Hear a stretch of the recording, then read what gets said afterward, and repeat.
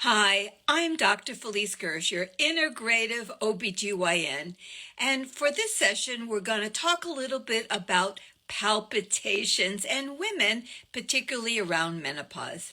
So, what are palpitations?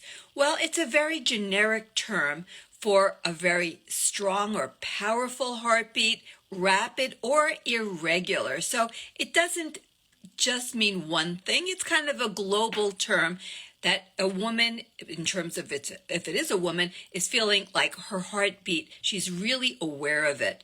Irregular, really strong, or really fast.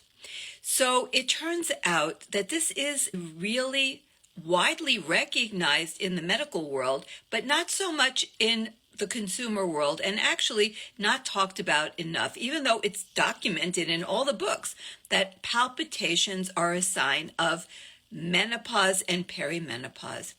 Now, palpitations are so common among women that they're often just kind of like flippantly dealt with by cardiologists, which is kind of disturbing. So many women do go and visit their cardiologist or their internist and say, something is wrong. My heart is irregular, it's beating fast, and I'm aware of it. I'm sort of conscious of my heart beating. And they're given beta blockers.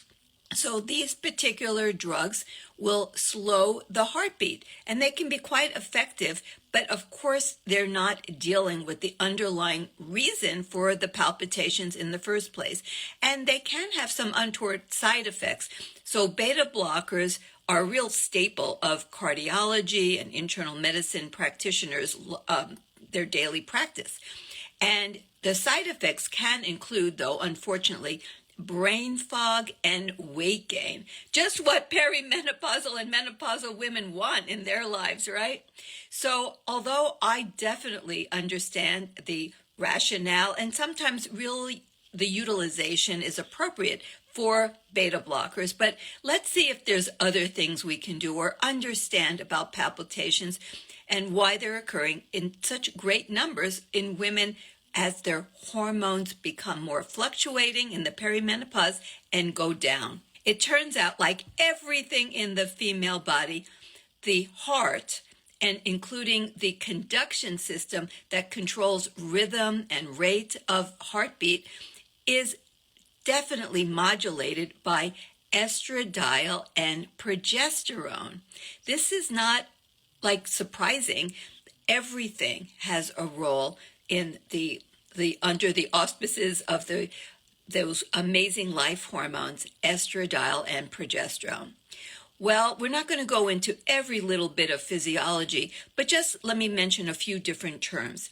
In the heart, there are these things called ion channels, and that has to do with calcium flux and so on. And these are definitely under a lot of regulation by estradiol and progesterone. In addition, there is a type of nervous system called the autonomic nervous system. And the autonomic nervous system controls all the things in the body that you don't think about. That includes heartbeat. Do you have to say heartbeat, heartbeat? That would be like you couldn't function. So the heart beats without you having to think about it at all. And the autonomic nervous system has two components, sympathetic and parasympathetic.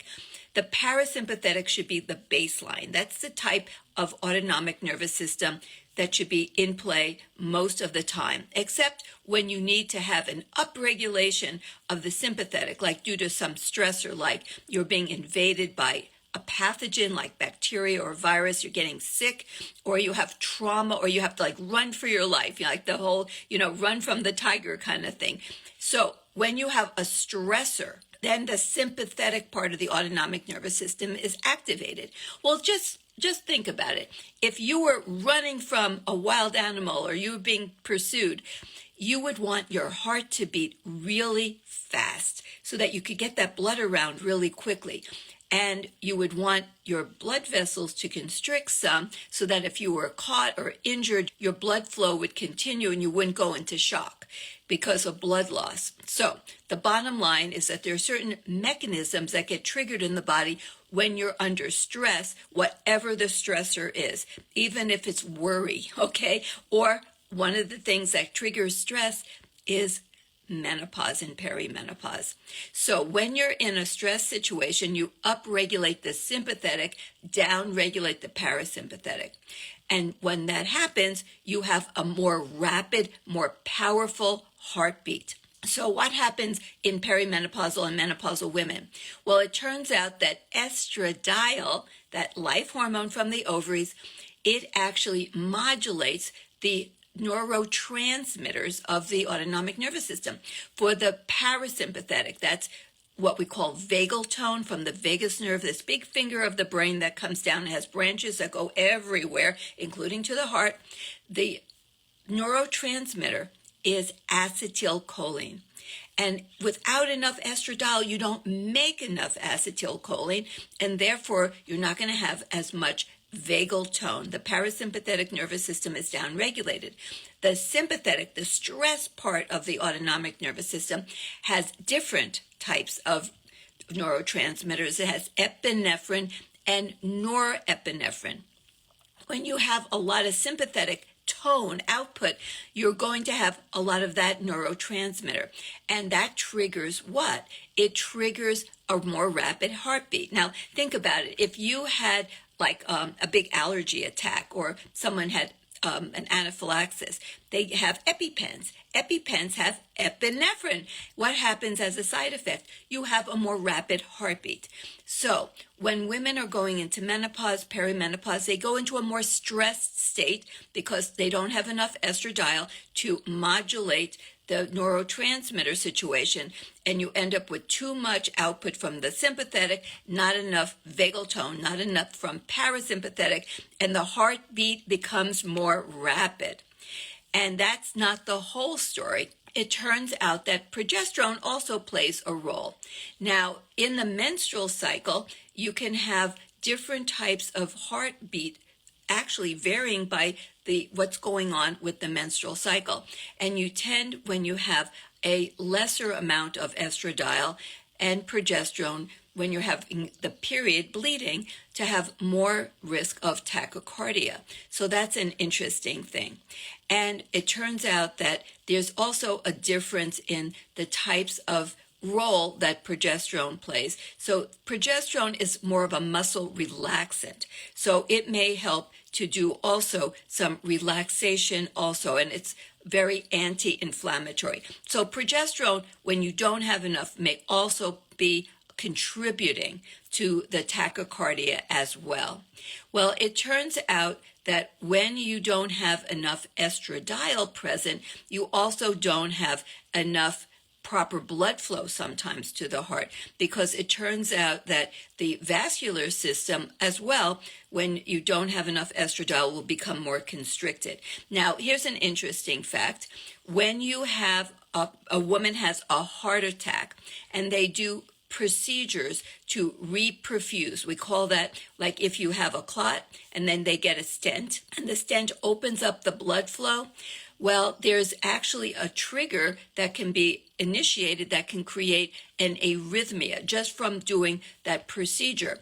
Well, women have a lesser incidence when they have estradiol on board to have the tachyarrhythmias or the ventricular arrhythmias that can occur when they call post-reperfusion. So estradiol is actually quite protective of women who have vascular disease. And that is a very big, important point. So we know that women have a lot more palpitations than men, and they are often more stressed than men. So these are really important things to know.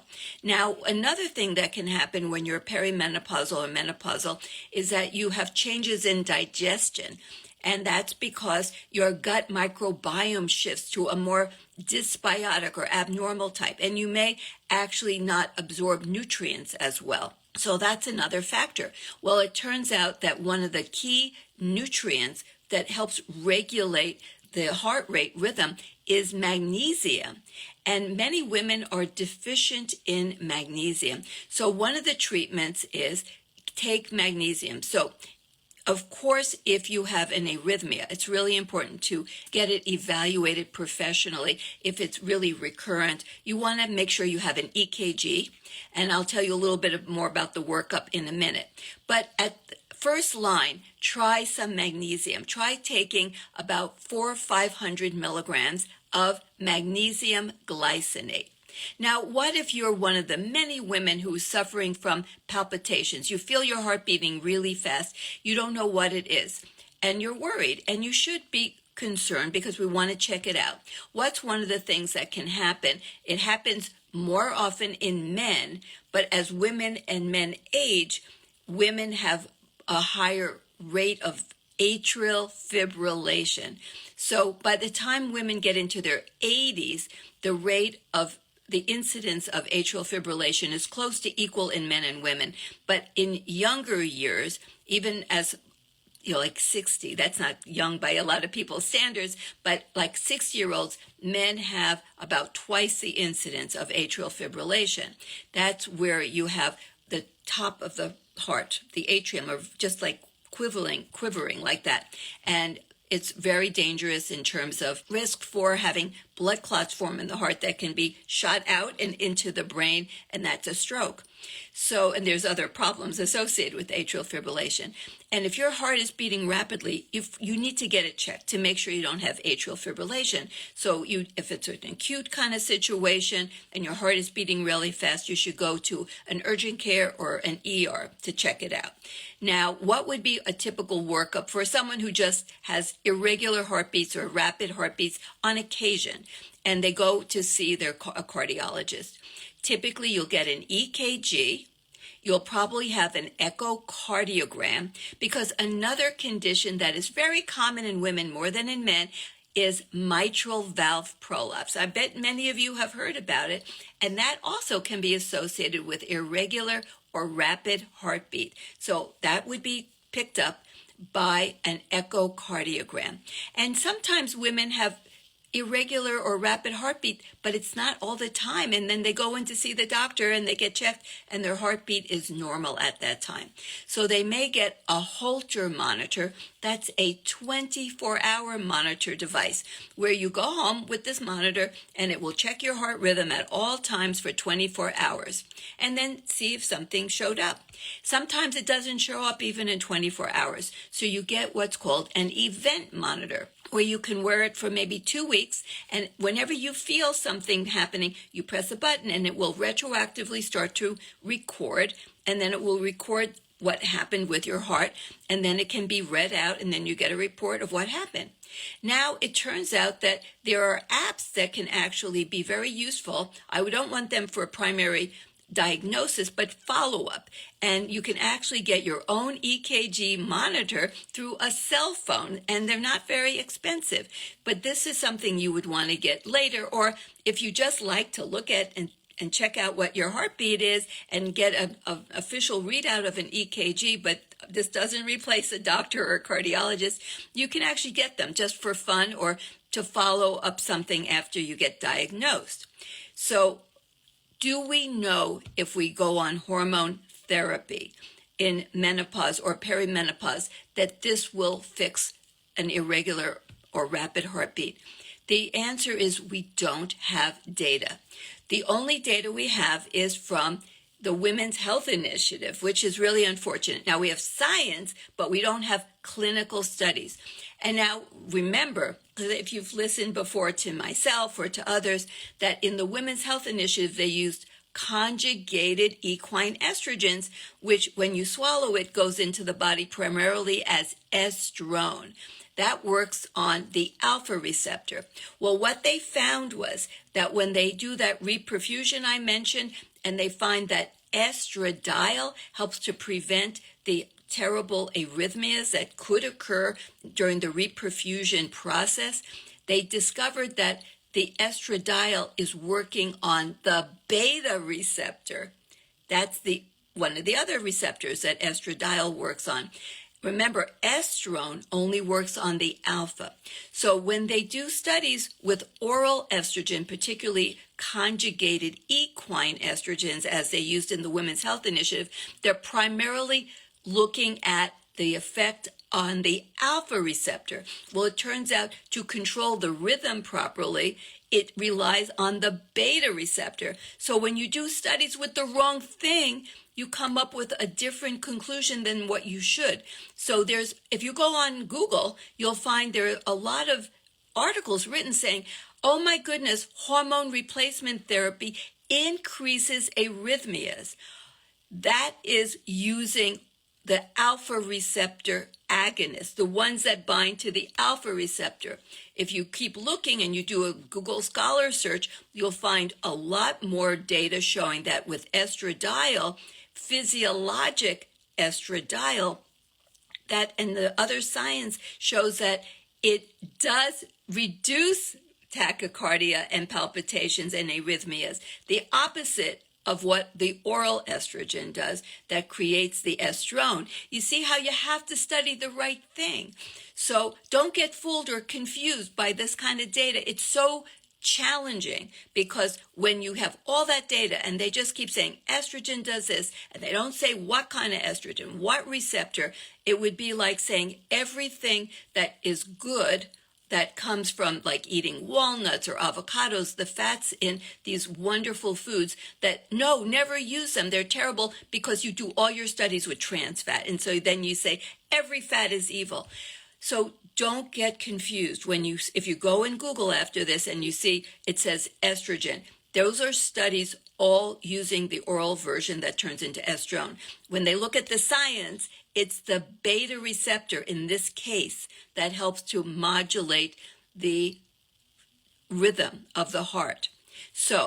But here's the thing. If you give, from a scientific point of view, knowing what we know, if you give estradiol at a physiologic level, you should help regulate the autonomic nervous system, help to get the parasympathetic back on track where it should be. You'll have proper hormone receptor function in the heart, in the electrical conduction system. You'll help the myocytes to stay stronger because alpha also matters. It's just that it's not part of that conduction system. But you need alpha for other purposes in the heart and in the arteries. The coronary arteries are primarily helped by alpha receptors and the membrane receptors. So you want the whole gamut of receptors to be able to be activated appropriately in the right structure in the heart, whether it's in the coronary arteries, in the muscle myocytes, in the neurological system. Remember, there's neurological system involving the conduction system. So all of these involve different receptors, and only estradiol has binding in an appropriate manner, in a balanced manner to all the different receptors for estrogen, this beautiful, great rhythm and symphony that goes together to keep the heart beating properly, the proper rhythm.